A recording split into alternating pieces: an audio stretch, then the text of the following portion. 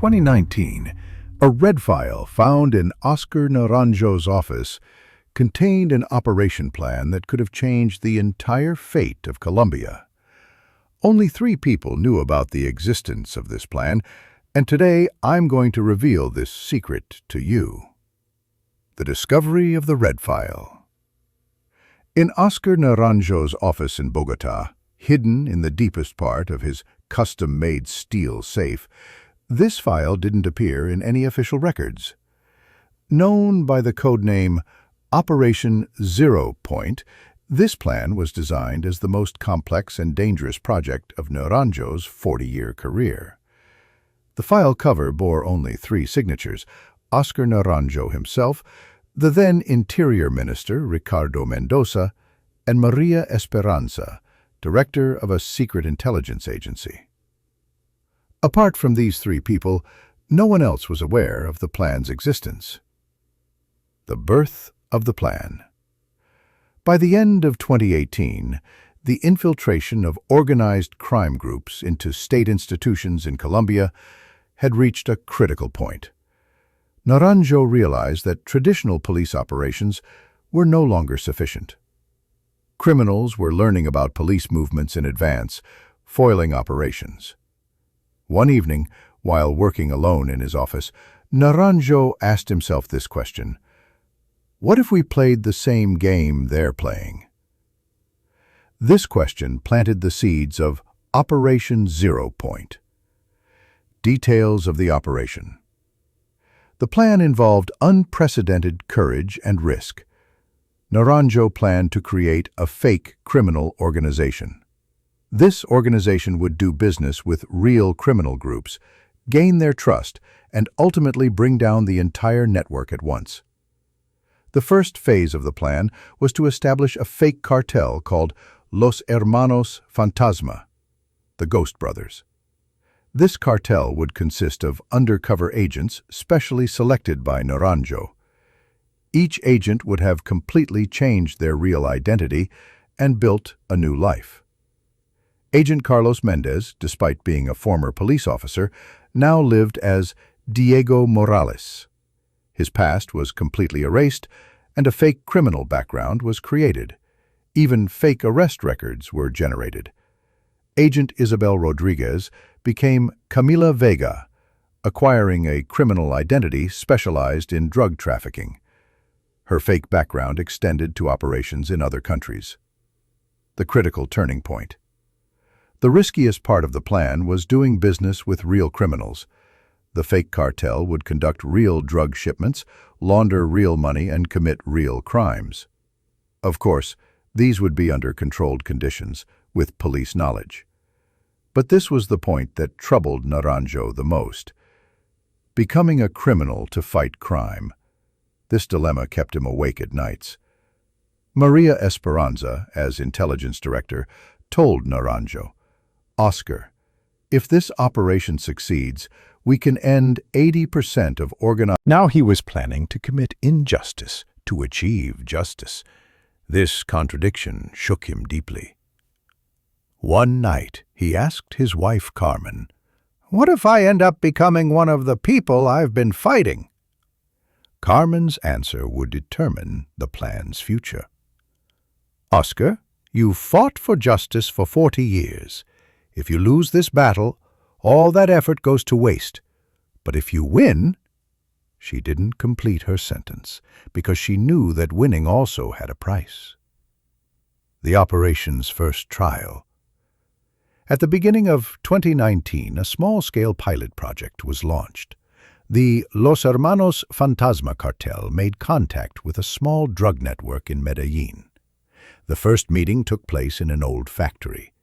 Diego Morales, Carlos Mendez, with his heart pounding as if it would burst from his chest, met with Eduardo Silva, a real criminal. "Silva, how many people are in your cartel?" Diego, "Enough. But we focus on quality, not quantity." This fake conversation was the first indication that the plan could work. Silva was convinced. The unexpected development. However, at the third meeting, everything went wrong. Silva was accompanied by Roberto Vasquez, a former criminal whom Naranjo had previously arrested. Vasquez looked at Diego, Carlos, carefully and began to suspect. "This man looks familiar to me," he told Silva. At that moment, Carlos realized his entire life was in danger. If his identity was revealed, not only he, but the entire operation, and even Oscar Naranjo, would be finished. Carlos showed extraordinary composure. "You might know me from prison. I found you familiar too." This answer surprised Vasquez and dispelled his suspicions. The operation's growth. When the pilot project succeeded, the plan was expanded. The Los Hermanos Fantasma cartel became a large organization operating in 3 different cities. The fake cartel began gaining reputation among real cartels. Other criminal groups even wanted to partner with them. At this point, Naranjo realized the plan had grown beyond himself. It was no longer just a police operation, but had become a massive deception network. The critical decision moment. 6 months later, the operation was at its peak. The fake cartel had established connections with Colombia's 5 largest crime organizations. They knew the identities, locations, and plans of all their high-level members.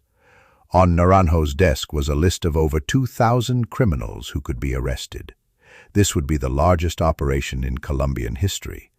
But just then, unexpected news came. Interior Minister Ricardo Mendoza had suffered a sudden heart attack and was in intensive care. The new Interior Minister, Diego Herrera, was unaware of the operation, and when Naranjo explained this plan to him, the response he received was shocking.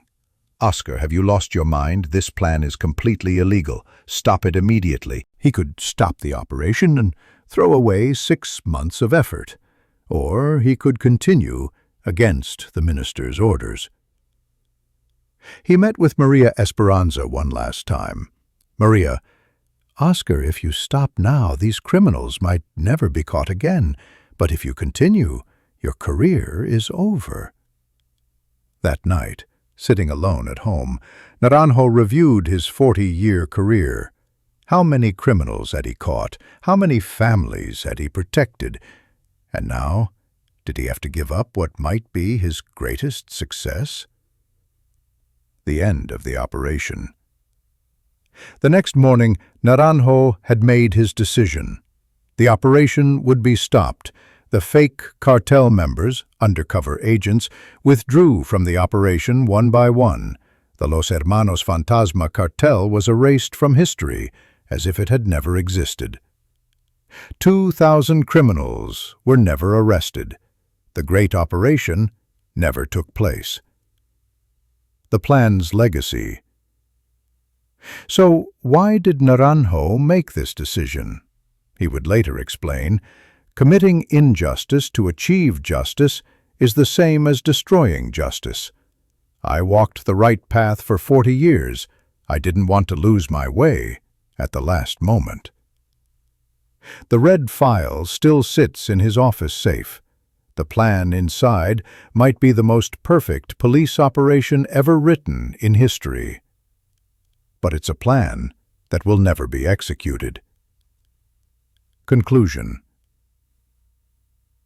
Oscar Naranjo's secret operation shows that he's not only a great police officer, but also a person of great character.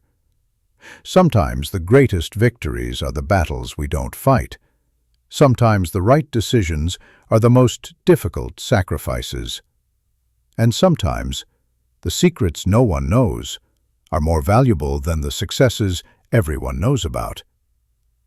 This red file is proof that Oscar Naranjo is not just a police officer, but also a moral monument. Because real power lies in not doing what you're capable of doing. So what do you think? Did Naranjo do the right thing, or did he miss a great opportunity? The answer to this question might be hidden in each of our consciences.